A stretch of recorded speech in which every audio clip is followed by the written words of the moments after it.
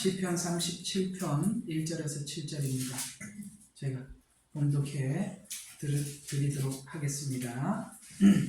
행악자로 인하여 초조해하지 말며 죄악을 행하는 자들을 시기하지 말라. 이는 그들의 풀같이 베어질 것이며 푸른 나무같이 말라질 것이니라. 주를 신뢰하고 선을 행하라. 그리하면 내가 땅에 거할 것이요 진실로 내가 그를 먹이리라.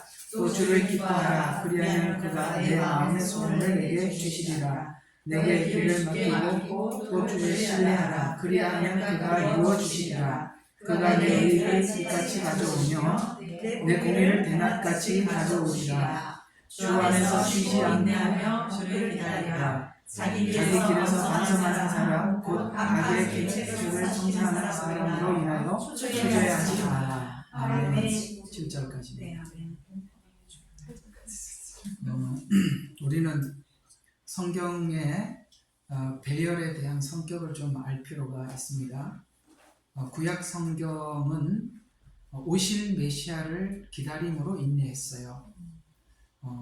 예수님이 오셨을 때는 눈으로 기다렸던 예수님을 눈으로 확인하는 것으로 그들의 믿음을 삼았지요.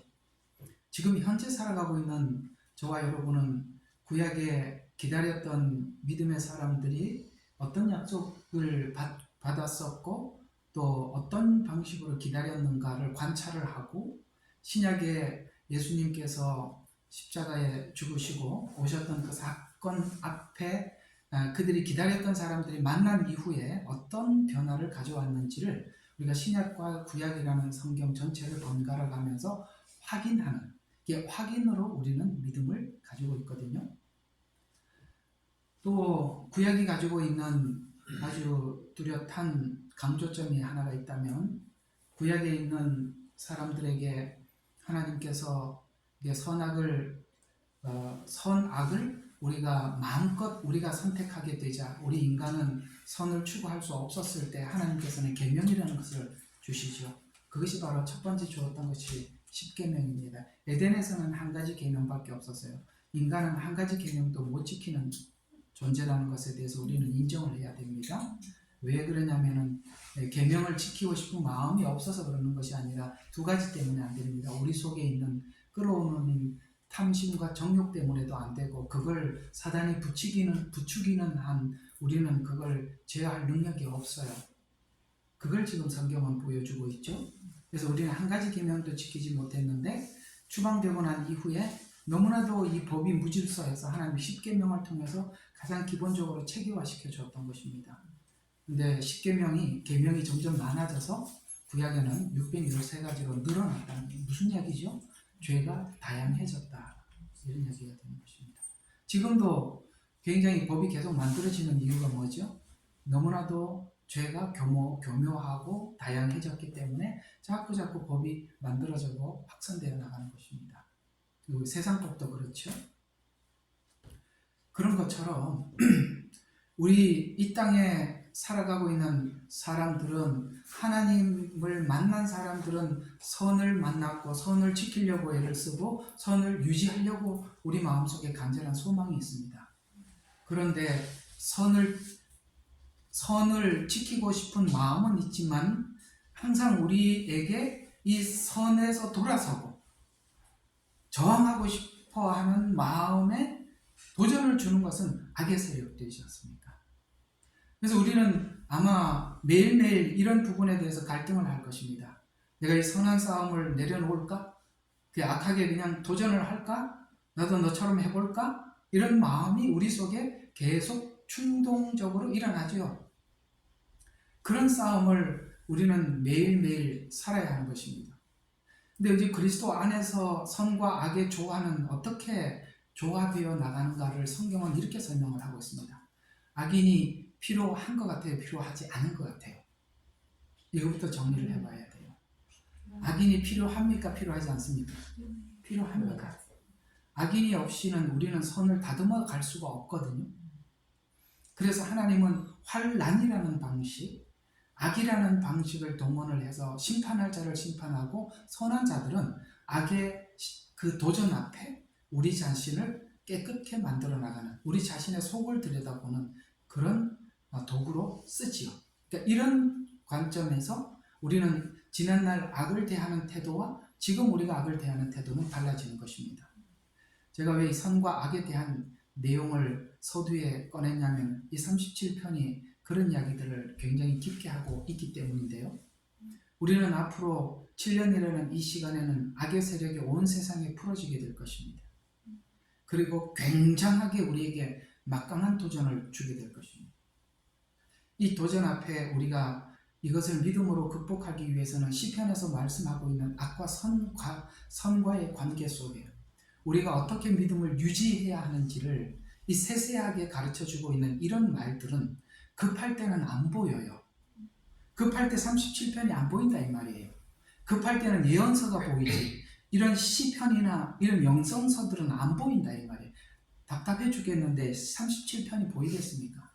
그러려면 지금 여러분들이 준비되었지 않으면, 지금 이 사실을 우리가 지금부터 차곡차곡 내 속에 다져주지 않으면 막상 그 상황이 왔을 때 우리는 다 벗어버리고 마치 세상 사람들과 다를 바 하나도 없이 대항하기 때문에 그렇습니다. 아마 이런 실패한 경험들을 여러분들이 지금 하고 이 자리에 앉아서 공감하면서 고개를 끄덕일 수도 있어요. 그게 필요한 것입니다. 잘 실패하고 오셨습니다. 그러나 이제는 계속 실패에다가 우리 자신을 내어줘서는 안 되는 것이겠죠. 우리는 이 싸움을 그리스도 예수 안에서 하나님께서 주시는 지침들, 오늘 여기 지침이 쭉 나와요. 이렇게 해야만 한다. 이렇게 해야만 한다. 악을 이렇게 이겨야 한다라는 이런 말들을 귀담아 듣고 지금 작은 훈련으로라도 해야 하는 것입니다. 오늘 37편을 여러분들에게 다시 한번 이렇게 준비해 놓은 것을 다시 돌아보고 묵상하고 또 생각을 하다가 이 37편이 굉장히 중요한 장이기도 해요. 그래서 오늘 카톡에다 여러분들에게 짤막하게나마 하나님 주신 감동에 따라 여러분에게 올린 글 읽어보셨어요? 네. 답장을 안 쓰시더라고. 쓰란 얘기가 아니라 잘 기억해 두셔야 됩니다. 지금 훈련이 안 되면 그때 와서는 아무것도 할 수 없어요. 네, 그렇습니다. 이런 게 있잖아요. 이렇게 어떤 이런 환란이 오기 전에 준비를 차곡차곡 해둬야지. 아무것도 안 하고 있다 환란이 오면 내가 뭘 들고 이렇게 불이 나면 그렇잖아요. 불이 나면 평상시에 불이 났을 때 위기가 찾아왔을 때 이렇게 대처해야 된다라고 숙지하고 준비한 사람들은 오자마자 그게 생활 습관처럼 딱 자기가 중요한 거 챙겨갖고 나가는데 그죠? 근데 그게 준비가 안 된 사람들은 막 불이 붙고 그러면 당황스러워서 아무것도 못하고 신발만 들고 나가는 거예요. 신발만 들고 나가서 뭐 하겠어요? 그렇잖아요. 신발 신고 쫓아나가야죠. 준비를 못하지 않습니까? 그런 준비들은 지금 하는 거예요. 여러분들이 지금 마지막 때다 준비해야 된다라고 우왕좌왕 아무리 해봐야 소용없어요. 지금 이런 영적으로 영성이 준비되지 않으면 무엇도 할 수 없는 것입니다. 이런 차원에서 이 시가서들이 주는 영적 메시지들은 우리에게 굉장히 중요한 것입니다. 자, 그런 차원에서 오늘 이 37편을 우리가 한번 살펴보도록 하겠습니다. 첫 번째, 우리가 이 두 가지 성경 구절을 한번 바라볼 필요가 있는데요. 전도서 7장 16절과 17절에 있는 이 두 교훈을 먼저 짚고 들어가 보도록 하겠습니다. 의인에 대한 권면이에요. 자, 우리 같이 한번 읽어볼까? 중요한 이야기거든요. 시작! 지나치게 의인이 되지 말며 스스로 너무 현명하게도 되지 말라. 어찌하여 내가 스스로 패망해야겠느냐. 여러분, 이 세상에는 지나친 의인들이 많아서 골치 아픕니다. 지나친 의인들이 악만 보면 싸우려고 그러고 대항하려고 합니다. 그리고 너무나도 지나친 의인이 되어서 간섭하지 말아야 될 것도 간섭을 하고 하나님께서 악인을 통해서 우리를 연단을 하려고 하는 그것도 분별을 하지 못해서 앞에서 가로막는 일을 하게 된다. 왜? 지나친 의인이기 때문에 그렇습니다. 이해가 가십니까? 여러분, 악한 하나님의 심판이라는 것을 하나님이 직접 하지 않고 사람을 통해서 한다면 그 어떤 악한 자가 있어야만이 심판을 시행할 수 있는 것입니다. 그러려면 지나친 의인들은 여기에 저항하죠.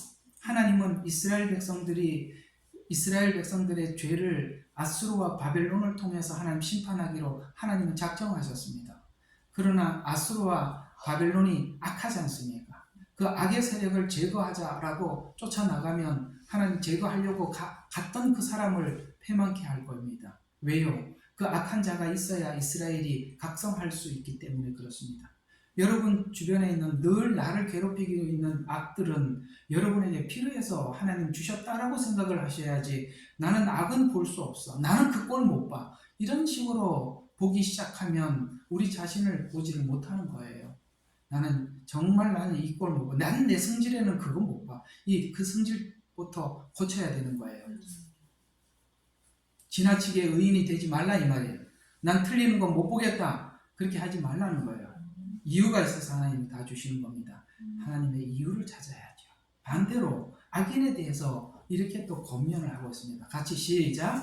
지나치게 악인이 되지 말며 너는 어지럽게 되지 말라. 어찌하여 내가 너의 때가 되기 전에 죽어야겠느냐. 여러분, 지나친 악인들이 있어요. 그러면은 어리석게 되지 말라 이렇게 말합니다. 여러분, 악의 악을 거듭 더해가면요, 둔해지고 우리 속된 말로 멍청해져 가는 거예요. 바보가 돼서 뭘 판단을 못하는 거예요. 그렇게 되는 것입니다. 여러분, 우리 세상에 악인들이 많이 있죠. 그들은 선한 것을 보는 눈도 없고 선한 것을 판단하는 실력도 없고 아무것도 하지 못하는 것을 우리는 보게 됩니다. 역사 속에 나타나 있는 수많은 악인들을 생각해 보십시오. 그들은 타인의 선에 대해서 볼 눈이 없어요. 그래서 뭐가 돼요? 어리석게 되는 것입니다. 지나친 악은 어리석게 되는 것입니다. 그래서 둘 다 이야기하는 공통점은 뭐예요? 지나치게 선하면 악을 찾아내는데 현명하여서 악에게 보복만 하려고 그래요. 악과 싸우려고만 한단 말이에요. 그러면 패망의 길에 들어간다. 그래서 주님이 하시는 말, 조절해라, 적당히 해라, 이런 이야기입니다. 아시겠습니까? 우리가 그리스도 안에서 예수님을 잘못 오해를 하면 예수님은 이 땅에 악인들을 처단하러 온 분, 이렇게 생각을 하게 돼요. 악인들을 처단하러 온 분이라고 생각을 하면 그 당시에 로마가 얼마나 악했습니까? 그들부터 처단을 했었어야죠. 그렇죠? 예수님 오셨을 때 그 당시에 종교 지도자들이 사실 위장하여서 얼마나 악했습니까? 독사의 자식들 아닙니까? 그걸 처단을 하셔야죠. 주님은 그것을 그대로 두셨습니다. 이스라엘을 로마 압제 아래 그대로 두었습니다. 왜요? 해야 할 일이 있기 때문에 그렇습니다. 로마인들로 하여금 예수님께서 십자가에 못 박히셔야 했기 때문입니다. 그 악한 바리새인들과 서기관들의 선동에 의해서 예수님은 십자가에 올라가셔야 했기 때문에 그런 겁니다. 그 악한 자들을 통해서 그렇게 하셨던 것입니다. 이런 것처럼 우리에게도 어떤 하나님께서 목적한 목적지가 있어요. 우리 신앙에 하나님 원하는 어떤 목적지들이 다 있다 이 말이에요. 그것은 선한 방법으로 거기까지 갈 수 있는 게 아닙니다. 여러분들을 찌르는 가시가 필요한 것이고, 그래서 어느 날 보면 그렇게 미웠던, 나에게 가시 노릇했던 사람들이 어느 날 가보면 고맙게 느껴질 날이 와요. 여러분들이 내가 이래서 내가 이렇게까지 됐구나, 참 그 남편 고맙다, 이런 생각이 들 때 어쩌면 여러분들을 통해서 하시고자 하는 일이 하나님 막을 내릴 수가 있는 것입니다. 다 악은 필요한 겁니다. 문제는 우리 상상 속에, 우리 지혜 속에서 지나치면 문제가 되는 거예요. 이 지나친 이야기를 조금 더 보충해서 설명을 해드리면, 하나님께서는 이스라엘을 심판하기 위해서 바벨론을 강성케 만들었어요. 그런데 이스라엘을 딱 심판하고 난 뒤에 자기들이 어떤 생각을 했죠? 우리는 힘이 세서, 능력이 있어서, 그래서 우리가 이 이스라엘을 이길 수 있었다라고 과시하죠. 이게 지나친 겁니다. 거기까지였는데 더 못하죠. 우리는 하나님이 허락해서 그 일을 하고 있는 것인데 자기 힘으로, 자기 실력으로 하고 있다고 하기 때문에 지나치는 겁니다. 그래서 오늘 적당히 가라. 아시겠습니까? 말을 하더라도 하다가 적당한 선에서 끊어야 돼요. 적당하게 할 수 있어야 돼요. 우리는 의로운 사도도 아니고 악을 집행하는 집행자도 아닙니다. 그건 하나님이 조절하시는 거예요. 그렇다면 성도들은 선과 악 사이에서 어떤 처신을 해야 하는가라는 오늘 하나님께서 주시는 답, 그 해답을 찾아가 보도록 하겠습니다. 일단은 문단을 한번 나눠보도록 하죠. 1절, 8절, 9절, 26절, 27절, 33절, 34절, 40절 이렇게 되게 길어요. 이렇게 나누어지는 것입니다. 그러면 1절에서 8절에 있는 중점 내용이 뭐냐? 행악자로 인해서 초조해하거나 시기하지 말라. 이 1절이 굉장히 중요한 메시지예요. 좀 노트, 펜이 있으면 한번 이렇게 체크해 놓으면 좋을 거예요.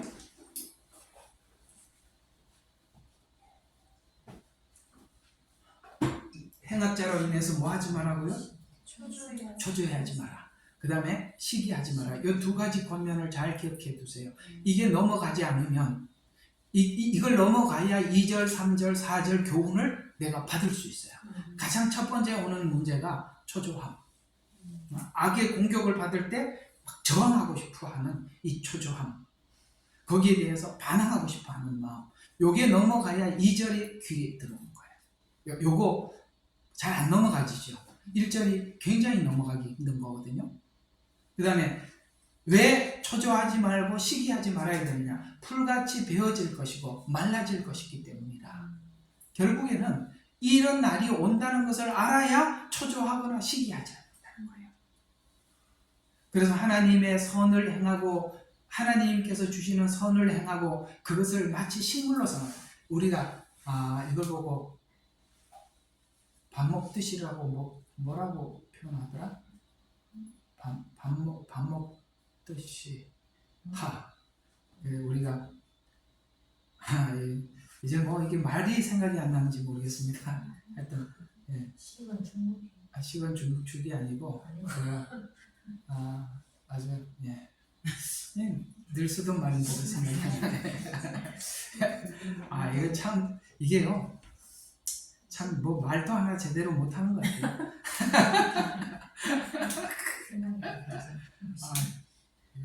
그래도 내가 여기서 지금 이게 영어를 많이 안 해서 그렇지 중국에서 이거 중국어도 아니고 이게 한국말도 생각이 안 나고 막 그럴 때가 있더라고요.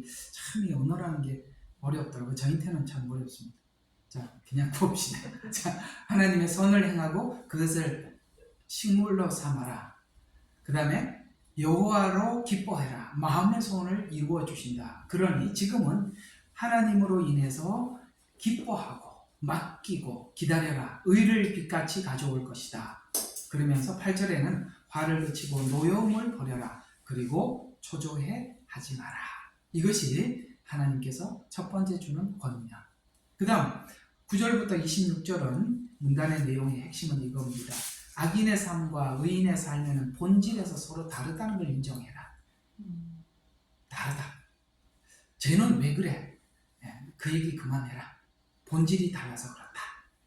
목적지도 다르고 어떤 똑같은 사건을 만났을 때 바라보는 시각도 다르고 너무 다르다. 그 다음에 12절 보면 악인은 의인을 대적하고 음모를 꾸미고 그를 향해서 일을 가는 이런 본질을 가지고 있다. 악인은 어떤 생각을 해요? 의인을 보기만 하면 대적하려고 하는. 그러니까 에덴 동산에서 추방되고 난 이후에 가인이 아벨을 쳐 죽였을 때 시기하는 마음 때문에 죽인 거거든요. 그런 것처럼 악인은 항상 선인에 대해서 뭘 가지고 있냐면 시기하는 마음을 가지고 있고 음모를 꾸미고 일을 가는. 그러니까 이렇게 본질에서 다르다. 우리는 선인들은 사람들을 볼 때 이런 일이 전혀 없죠. 여러분 누구를 볼 때마다 이렇게 이해가 갈립니까? 이런 말을 우리는 모르기 때문에 그렇구나 이렇게 배우셔야 되는 거예요. 비둘기처럼 순결은 해야 되지만 뱀처럼 지혜가 필요해요. 이들이 이렇다는 걸 모르고 살면 안 되는 거예요. 알아야 된단 말이에요. 성경이 잘 지적해주고 있잖아요. 이를 가는 도다. 가인의 가인에게 하신 말씀을 생각해 보면 이 말을 그대로 수용이 되겠죠.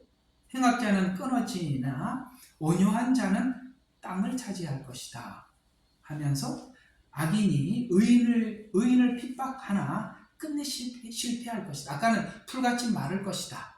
그 다음에 악인은 선인을 공격하나 끝에는 어떻게 핍박하나 끝내 실패할 것이다 라는 것을 우리가 믿지 못하면 1절을 넘어가지 못해. 초조함도 못 넘어가고 시기하는 마음도 넘어가지 못하는 거예요. 16절에 보면 의인이 가진 작은 것이, 우리가 가지고 있는 작은 것이 악인이 굉장히 많이 가지고 있는 부보다 낫다. 여러분들이 하나님의 말씀을 가지고 그 말씀을 실천하려고 하는 이 작은 힘이 악인들이 온갖 술수를 다 써서 모든 것을 다 동원하는 것보다 이게 훨씬 현명하고 지혜롭다. 이게 크다. 왼뺨을 치는 사람은 작다. 오른뺨을 돌려대는 사람이 크다. 그러니까 이런 이야기가 되는 것입니다. 25절 의인은 나누어주기도 하고 그 다음에 땅을 차지하고, 왜 우리가 이 의인이 가진 것이 크냐면 나눠줄 수 있는 것. 악인은 뺏으려고 하지만 의인은 나눠주는 것. 그 다음에 땅을 차지하고, 그 다음에 넘어져도 다시 일어나며. 아멘. 이게 의인들이 가지고 있는 하나님 주시는 복들이래요. 그래서 넘어져도 다시 일어나며, 또 의인이 걸식하는 걸 보지 못해. 걸식이라는 것은 거지처럼 이렇게 먹을 것을 얻으러 돌아다니다 이런 뜻이거든요. 하나님은 의인들에게 걸식을 하지 않는. 그러니까 여러분 참, 제가 청년 때 신앙생활을 했을 때 그 목사님이 이 말씀을 자주 인용하셨어요. 25절 여기 시편 37편 25절 굉장히 자주 인용했어요. 많이 들어봤어요. 하나님을 위해서 여러분들이 살아가고 하나님 앞에 시간도 드리고 물질도 드리고 걱정하지 마라. 하나님은 하나님의 의인들을 걸식하지 않게 하신다 라는 말씀을 참 많이 들었어요. 그래서 참 그 목사님 생각이 나네요. 자, 27절에서 33절 그 다음 세 번째 단어는 그러므로 의인은 악을 떠나서 선을 행하라. 왜냐하면 왜 풀같이 마르고 그들의 계략은 다 끝이 나고 다 무너지느냐면 하나님은 공의를 사랑하기 때문에 의로운 자는 하나님의 보호를 받으며 버려지지 않지만 땅을 차지하고 자손이 끊어지지 않기 때문이다. 여러분, 그러면 의인들은 이렇게 끝이 난다면 악인들은 그 공의가 하나님의 철저한 심판으로 다가오겠죠. 자, 그 다음에 34절에서 40절에는 여호와를 바라고 그 도를 지켜라. 의인이 받는 복은 뭐라고요? 평안이고 구원이다. 어때요? 이 말 공감하십니까? 여러분들이 피곤하고 남들한테 손해를 보고 양보하고 그렇게 살아도 우리가 하나님 말씀대로 살았을 때 찾아오는 평안은 아무도 모르는 거예요. 그게 얼마나 큰 평안인지. 그죠? 항상 기뻐하라, 쉬지 말고 기도하라, 범사에 감사하라. 이는 그리스도 예수 안에서 주신 하나님의 뭐라고 그러죠? 뜻이니라. 너희가 하나님 앞에 감사함으로 아뢰라. 그러면은 모든 지각 위에 뛰어나신 하나님의 평강이 여기 말하는 이 평강, 네 마음과 생각을 지키시리라. 무슨 말이에요? 모든 지각 위에 뛰어났다는 건 뭐냐면 우리가 생각하지 않는 것에서 하나님이 평안을 가져다 준다는 거예요. 늘 너무 사방이 다 우겨싸임을 당하고 너무 불안한데 이게 분명히 이제 저쪽에서 들어오면 나는 이렇게 당할 거고 저렇게 하면 내가 이렇게 당할 거고 이렇게 생각을 해보면 너무 복잡해. 그런데 그런 상황 속에서도 생각할 수 없는 하나님의 평안, 이런 것들이 어디서 나왔냐? 다윗이 사울에게 쫓기면서 어떻게 했습니까? 평안히 자고 눕기도 하리니 이렇게 말했죠. 여러분, 쫓기는데 잠이 와요? 그런데 시편이 나는 평안히 자고 눕기도 했다 이렇게 표현하죠. 베드로가 옥에 갇혔어요. 여러분, 옥에 갇혀서 내일이면 재판을 받고, 얼마 전에 예수님이 재판을 받고 십자가에 죽으셨어요.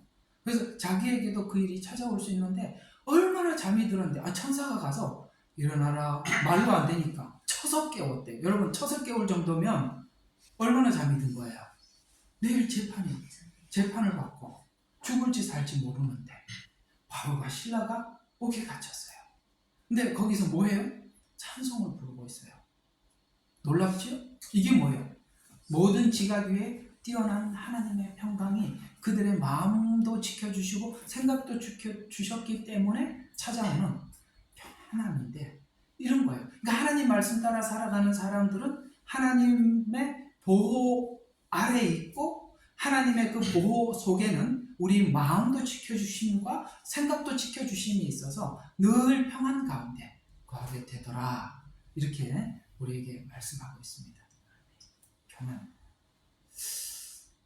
이런 경험들을 참 저도 이론적으로는 알고 있는데, 그 시국에서 이렇게 사역을 하면서 하나님 늘 이런 기도하죠. 하나님, 모든 지각 위에 뛰어나신 하나님의 평강이 내 마음과 생각을 지켜주십시오 하고 잠을 자면, 너무 피곤하니까 잠은 자. 근데 새벽에 저절로 일어나. 왜?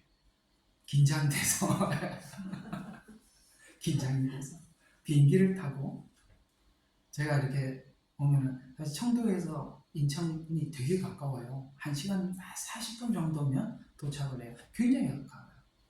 서해 딱 지나오면은 그 바다에서 바다가잖아요. 지나오면 도착이에요. 근데 참 그 신기한 게 뭐냐면, 비행기를 타고 딱 넘어서 이제 경계선을 넘어서 한 50분, 1시간 딱 지나면은 한국 영해에 들어오잖아요. 그러면 이상해요. 마음이 싹 편안해져요. 근데 비행기를 타고 인천공항에서 비행기를 타고 청도로 딱 1시간만 지나가잖아요. 뭐가 쑥 올라와. 근데 늘 하나님 앞에 기도하죠. 하나님, 우리 마음과 생각을 지키신다고 하는데 하나님 앞에 맡기고 항상 기뻐하라고, 쉬지 말고 기도하라. 야, 그게 참 쉽지 않더라고요. 그러나 우리가 그렇게 한번 살아봅시다. 맡기고. 여러분들이 그게 실감이 안 나는 것 같아서 실감 났던 경험을 한번 해드리는 거예요. 자, 그럼 오늘 이 본 시가 37편, 우리 73편하고 37편이 꼴이라고 저번에 말씀을 드렸죠. 그런 차원에서 73편이 중요한 우리에게 자료를 제공해 주신다라고 말씀을 드렸던 것처럼, 오늘 이 시의 배경을 한번 보면, 사실 이 배경은 뚜렷하게 어디 역사서라고 하면 저기 사무엘상부터 역대하까지 그게 다 역사서거든요. 그 속에 특별히 사무엘하는 다윗의 이야기인데, 보통 보면 이 시의 배경을 보면 어느 시점 이런 게 나와요. 근데 여기 특별히 역사적 배경이 없다는 것은 어떤 의미를 가지고 있을까요? 자기 생애 전체를 살면서 경험한, 예를 들어서 시편 23편은 배경 자체가 다윗의 생애 전체죠. 73편이 그렇다 이 말이에요. 이런 시를 보고 공감시라 이렇게 합니다. 공감이라는 것은 다윗이 전 생애를 살면서 하나님과 함께 살았던 경험을 시편으로 남겨서 우리에게 남겨주었는데, 우리도 주님과 함께 살아가는 경험을 하고 있잖아요. 그래서 다윗이 했던 말을 우리가 들으면서 함께 뭐하는 거예요? 맞습니다. 이게 공감이라 이 말이에요. 여러분, 제 설교 들으면서 맞아요 이런 게 많죠. 그게 공감이라. 어떤 분이 댓글에 그래 맞아요 하면서 많이 울었어요 하던 그런 어떤 분이 그렇게 글을 적어서 맞습니다. 이 공감시. 우리는 이 말에 상당히 공감을 하죠. 그래서 배경은 없어요. 그러나 다윗이 선과 악의 삶. 그래서 다윗은 하나님의 선한 뜻을 쫓아 살려고 하지만 악의 대표가 누구였습니까? 사울이었죠. 그러니까 이렇게 생각하셔야 돼요. 사울 없는 다윗이 만들어질 수 없었어요. 여러분에게 사울이 있다 이 말이에요. 여러분에게도 사울이 있다 이 말이에요. 누구예요? 예, 있어요. 이상하게 이 사울은 같이 교회 나오는 부부도 한쪽은 사울이고 한쪽은 다윗이에요. 희한하죠. 안 나와도 한쪽은 다 사울이고 한쪽은 다윗이야. 그래서 우리는 안 나오는 부부는 나오는 부부를 부러워하는다. 속 사정은 그렇지 않아요. 아셨어요? 사울이 언제 떠나갈까? 다윗이 하나님이 사울을 통해서 하려고 하는 일이 끝날 때 끝나는 겁니다. 악은 그래서 항상 우리를 세우기 위해서 필요한 거예요. 그러니 우리는 이런 하나님의 그 조화를 모르면 악을 걷어가 주세요. 저 악을 왜 심판 안 하십니까? 그러면은 거기 뭐가 있냐면 나는 선한데 이게 깔려 있거든요. 근데 하나님이 뭐라 그러냐면은 얘야 그가 하는 말을 귀담아 들어봐라. 옳은 말이 있지 않느냐. 설교 그만할까요? 옳은 말이 있지 않느냐. 아닌가? 맞아요. 옳은 말이 있어요. 근데 우리는 아까 지나치게 선해서 아까 처음에 말한 거예요. 지나치게 선해서 나는 선이고 저쪽은 악이라고 보니까 그 안에서 하나님 무슨 일을 하는지 보지 못하고 둘을 나누는 일만 하죠. 나누는 일을 하라고 교회 다니라고 하지 않았어요. 아시겠습니까? 나누는 일을 하라고 교회 다니지 않았어요.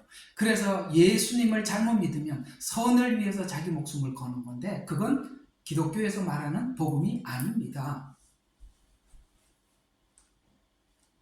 아시겠습니까? 그래서 우리 옛날에 그 막 돌멩이 던지고 막 데모하고 제가 그 세대잖아요. 전 돌멩이 안 던졌습니다만 그렇게 막 던지고 화염병 던졌구나. 그럼 화염병. 저희 학교는 그런 거 안 했습니다.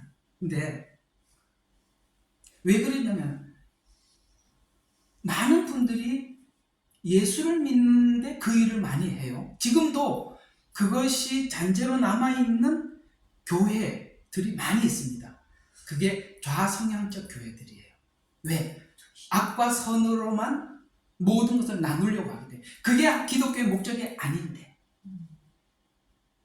그 사이에서 뭔가를 하나님이 해가고 계시는데 악을 선으로 바꾸는 중인데 그걸 못한단 말이죠. 그러려면 받아들여야 해요. 그걸 받아들일 때 자기 거울을 보는 쪽으로 받아들여야 되는데 추방하자, 없애자 이렇게 하는 바람에 그 악을 통해서 나를 뭔가를 만들어가는 것을 보지 못하는. 여러분 사울이 바울이 되기 위해서 누가 필요했던 거죠? 스데반이 필요했던 거죠. 스데반. 그 선이 뭘 만들었습니까? 그래서 바울의 신앙은 철저하게 스데반의 영성을 닮은 사람입니다. 순교적 신앙이죠. 왜? 순교를 받거든. 이해가 가십니까? 그래서 선이 악을 변화시켜 주기도 하고 이 둘은 그래서 이렇게 공존하는 것입니다. 그런 것이 없더라면 악이 없었더라면 은혜를 모르지요. 이런 그 보이지 않는 그 조화가 성경 속에 이렇게 뒹굴면서 이렇게 둘이서 막 구불면서 계시록까지 굴러가는데 이걸 못 봐. 이걸 봐야 성경이 지금 어떤 얘기를 하고 있구나. 여기서는 지금 이 얘기를 설명해 주고 있구나. 이걸 보는 거거든요. 그래서 다윗이 신정왕국, 이게 하나님의 선, 오늘 여기 이제 악과 선으로 보면 37편의 선, 신정왕국을 통치하기 위해서는 하나님의 의와 선을 추구해야 했습니다. 그러나 주변에는 악이라는 쉬운 통치 방법이 다윗을 늘 유혹하고 있었어요. 악이라는 통치 방법, 쉽게 가자는 것. 그러나 선을 추구하며 산 결과와 경험을 자기 인생 속에서 우리에게 전해줌으로써 선을 행하며 산다 할지라도 그 결말은 종말론적으로 결과를 맺을 것이라고 설명해주고 있다. 그것을 그 이야기가 시편 처음부터 시작했죠. 우리 시편 처음부터 한번 봅시다. 시편 처음부터 뭔 이야기를 하려고 하는지 주제를 여기다 담아 두었었어요. 자, 복 있는 사람은 악인의 관계를 악이 나옵니다. 관계를 따르지 아니하고 죄인의 길에 서지 아니하고 조롱하는 자의 자리에 앉지 아니하는도다. 그의 즐거움은 주의 법에 있으니 주의 법을 주야로 묵상하는 자로다. 그는 강가에 심겨진 나무 같아서 계절을 따라 열매를 맺으며 그의 잎사귀로 마르지 아니하리니 그가 무엇을 하든지 번성하리로다. 그래서 악인들은 그렇지 아니하며 바람이 나는 죽전이와 같도다. 그러므로 악인은 심판을 견디지 못하고 죄인은 의인들의 회중에 들지 못하리라. 이는 의인들의 길은 주께서 인정하시나 악인의 길은 망하리라. 선과 악, 이걸 설명하겠다. 시편은 이렇게 1편에서부터 주제를 잡아서 시편은 시작하고 있어요.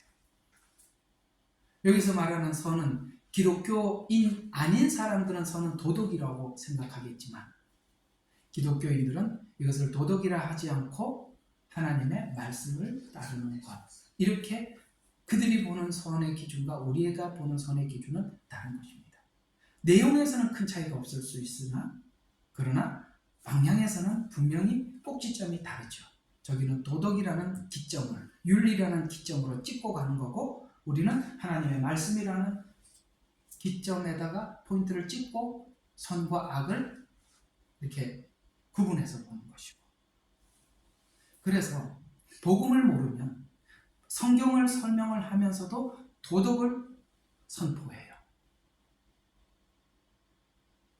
그러니까 이 성경이 복음이라는 것을 알고 있는 사람들에게 이 도덕으로 설명하는 게 얼마나 듣기 힘들겠어요. 그런 거예요. 분명히 여기 예수님과 무슨 연관이 있는데 이 복음과 연결을 시켜주기를 바라는데 그 주석은 잘해놓고 설명은 도덕으로 가버리니까 틀리는 말은 아니지만 들을 게 없어요.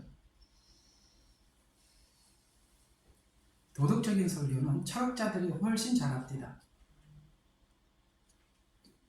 자, 그래서 일생을 살아보면 행악자들의 일시적인 성공, 그 다음에 선한 자들의 실패를 비교해 보아도 자신도 행악으로 성공하고픈 유혹을 받게 되는데, 그래서 그때 우리는 갈등을 합니다. 일시적으로 세상을 보느냐 영원으로 보는가의 차이에서 둘은 다른 선택을 하게 되죠. 악을 선택하는 사람들은 왜 그걸 악을 선택을 하느냐 하면 일시적인 것, 그 다음에 세상적인 것, 이렇게 생각을 하는 사람들은 자연스럽게 악을 선택을 하게 될 것이고, 영혼으로 보는 사람들은 그렇지 않겠죠. 자, 이게 이제 종말론적으로 제가 초점을 좀 맞춰서 설명을 하면 우리 앞에 표를 받으라 라고 왔다 이 말이에요. 표를 받으라. 사실 표를 받으려고 말하는 사람들이 수많은 이야기를 갖다 대고 표를 받아도 괜찮다 뭐 어쩌고 얘기하는 것은 다 두려움 때문에 그러는 겁니다. 솔직하게 속을 꺼내놓고 이야기해봐. 그 두리뭉실하게 뭐 이래도 되나? 나는 정말 이것만 생각하면 화가 나요. 어떤 화가 나냐면 책임지지 못할 말을 함부로 남들한테 해놓고 그렇잖아요. 하나님 앞에 가서 제가 뭐 지옥에 가든 나하고 무슨 상관이 있냐 이거지. 예? 정말 그 양떼들을 사랑하면, 아니 성경에서 분명히 제시하고 있는데 그걸 이런 이야기 저런 이야기 갖다 붙여가지고 괜찮다 그렇게 말해놓고 나중에 그 영혼이 하나님 앞에 심판받아 끝장나면 그때 당신 책임지겠냐 이 말이에요. 그때는 내가 언제 그런 말을 했어? 아니 물론 그런 말 할 여력 기회도 없겠지만 너무너무 사악한 거예요. 책임감이라고는 0.1도 없는, 될 대로 되라. 뭐 나중에 틀리면 할 수 없지 뭐. 지금 복음이 지금 그런 이야기가 아니잖아요. 그리고 우리가 일시적으로 보느냐 세상으로 보느냐에 따라서 우리 믿음이 영혼을 바라보느냐 여기를 보느냐에 따라서 그 앞에서도 우리는 결정을 하게 된다. 여러분 지금 복음이 영혼의 이야기를 하는 거예요? 아니면 땅의 이야기를 하는 거예요? 영혼을 이야기하는 거잖아요. 거기에 믿음이 있는 사람이라면 여기에 대해서 누구나 거부하겠죠. 그러나 그것이 일시적이거나 그래서 오늘 다윗이 평생을 살면서 그러니까 사울도 그랬지만 그 휘하에 있는 많은 다윗을 따라다녔던 사람들도 쉬운 방법을 자꾸 다윗에게 요구하는 거예요. 쉬운 걸로 갑시다. 이렇게 하면 간단하잖아요.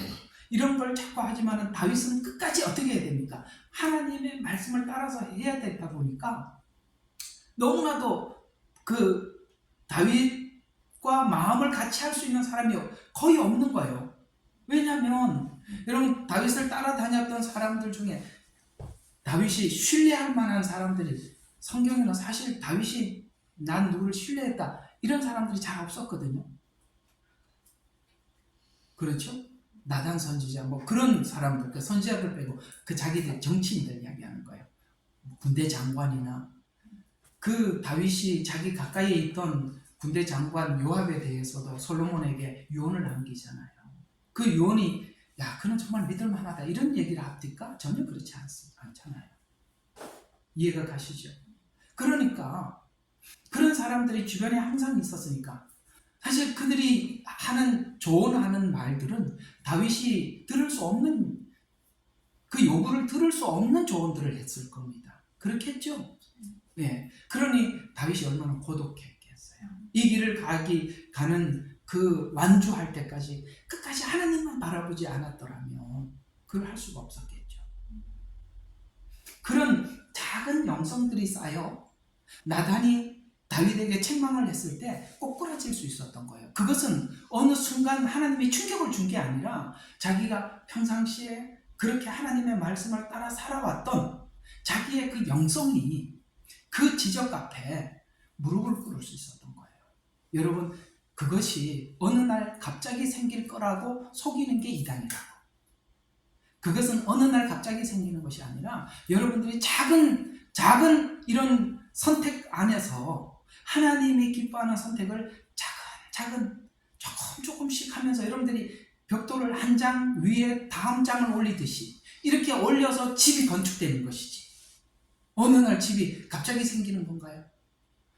이런 집이 생기기 위해서는 벽돌이 한 장 그래서 덕에 그 베드로 후서에 보면 지식의 덕에 뭐를 이렇게 그게 벽돌 한 장씩 올려서 지어지는 건축물을 이야기하는 것처럼 우리도 그런 순서를 밟아서 우리 믿음이 견고해져 가는 것이지. 그걸 성도들에게 하라고 그러면 그럼 여러분들이 매일매일 말씀과 여러분이 씨름해야 하고 말씀과 씨름하는 과정 속에서 하나님의 일하심을 여러분들이 담아둬야 돼요. 계속 경험하고 담고 해야 돼요. 그래서 사실 그 애들이 크는 방법은 두 가지가 있어요. 부모가 뭐 딱 봐서 그냥 필요할 때마다 착착 갖다 주고 받쳐주고 이렇게 키우는 방법도 있지만 어떻게 키우는 게 잘 키우는 거냐면 내버려둬야 돼요. 프리레인지. 예, 프리레인지. 그렇지. 혼자서 자생해서 커야. 요즘 애들이 얼마나 약합니까? 자생해서 키우지 않아서. 벌써 딱 눈치 보고 있다가 밥 착 입에다 딱 넣어줘. 야, 네, 우리 시엘이, 시온이는 좀 이제 시엘이 우리 둘째 손주예요. 여러분 우리 다 같이 앉아서 밥을 먹는데 말이에요. 밥을 먹으라니까 안 먹는데, 네, 우리 딸한테 물어봤어요. 좀 있으면 배고프다. 그러니까 이제 하도 당하니까 우리 딸이 그래. 너 이제 지금 이거 밥 안 먹으면 오늘 저녁 없어. 그러니까 이제 고민하고 오더구만. 네.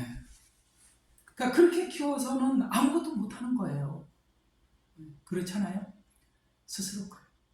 사실 제가 오늘 온라인 성도님 여러분들을 그렇게 기도하면서 마음에 어떤 생각이 드느냐면 여러분들은 여기 이제 우리 시드니에 있는 성도들을 부러워하시겠지만 여러분들은 지금 저 프리랜지 방목 중이야. 저는 이렇게 여러분들에게 양식을 주고 알아서 커요. 알아서 크다 보니까 얼마나 힘들어. 근데 그렇게 크는 게 빨리 커요. 진짜 힘들 때마다 와서 물어보고 힘들 때마다 기도해달라 그러면 안 자라요. 그러니까 여러분들이 빨리 자라는 방식이에요. 그래서 좋은 방법을 선택했구나 하나님께서 그런 생각이 돼요. 하여튼 방목해서 잘 커보세요. 그래도 트렌이 있어요. 예.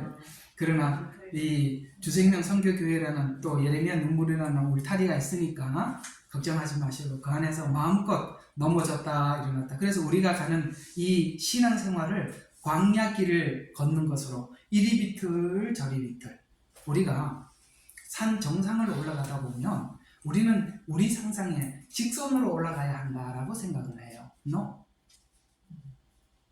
정상은 올라가는데 가다 보면 돌멩이를 만나기도 하고 나무를 만나기도 하고 급경사를 만날 때는 방향을 틀죠. 근데 방향은 틀었지만 여러분 원래 가는 방향이, 근데 우리가 방향을 틀 때 내가 가려고 하는 방향에서 틀렸구나, 잘못 벗어났구나 라고 생각하겠지만 돌아가는 길이 있다. 우리는 직선으로 올라가면 에너지를 다 쏟아 못 올라가는 거예요. 장애물이 있으면 옆으로 돌아가면서, 그래서 이런 거예요.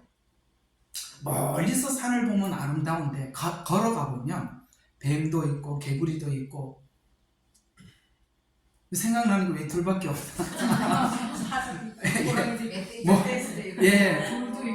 그런 게 있는 거예요. 가보면 지저분하고 가시도 있고 그러는 거예요. 그럴 때 우리는 왠지 모르게 방향을 잘못 틀어서 가는 것 같은데 아니요. 그렇게 지나가면서 거기 개울물이 있어. 거기는 가시덤불이 있어. 뒤에 오는 사람에게 말해주죠. 얘야, 그쪽 말고 저쪽 길로 와. 그게 제가 하는 이야기예요. 먼저 가본 자가 거기 가시다 보면 가시덤불 만날 거예요. 그때 왼쪽으로 가지 말고 오른쪽으로 가보세요. 그쪽 길이 쉬워요. 제가 그걸 얘기해 주는 거잖아요. 그런 거예요. 그래서 우리가 방향이 탁 틀어졌을 때 잘못 간다라고 생각하지만 그렇게 돌아가면서 뭘 얻어내느냐면 예수님께서 골고다를 올라가실 때 이렇게 신음하셨겠구나. 사람들에게 예수를 바나바는 살리고 예수는 십자가에 못 박으소서라고 외칠 때 주님 마음이 정말 괴로웠겠구나.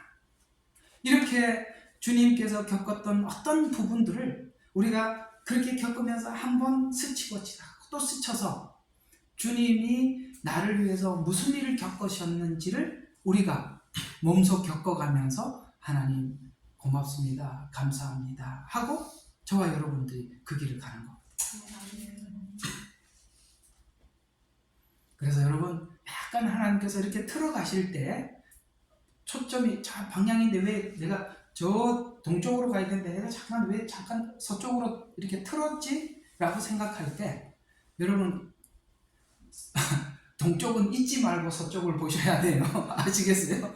저 동쪽인데 서쪽인 줄 알고 이쪽으로 쭉 가면 그래서 가이드가 필요한 거예요. 그게 바로 하나님께서 양떼를 먹이시라고 보내신 겁니다. 그래서 여러분들이 이렇게 그 하나님 보낸 종의 안내를 받는 것은 참 중요한 것입니다. 자, 그래서 하나님의 공의의 심판을 믿지 않는다면 일시적인 성공에 우리가 기대하게 될 것입니다. 행악자들의 악의 행포와 선을 추구하며 살 것인가 말 것인가 갈등 사이에 고난당하는 자들에게 오늘 이 37편이 우리에게 큰 위로가 되는 말씀임을 생각하시고 우리가 37편에서 많은 은혜를 받고 나누시기를 주 이름으로 축원합니다. 오늘은 이게 37편 서론만 말하다가 끝이 났네요. 이거를 8절 전까지 7절까지 읽었는데 이게 서론이 좀 길었네요. 자, 우리 오늘 들은 말씀 기억하면서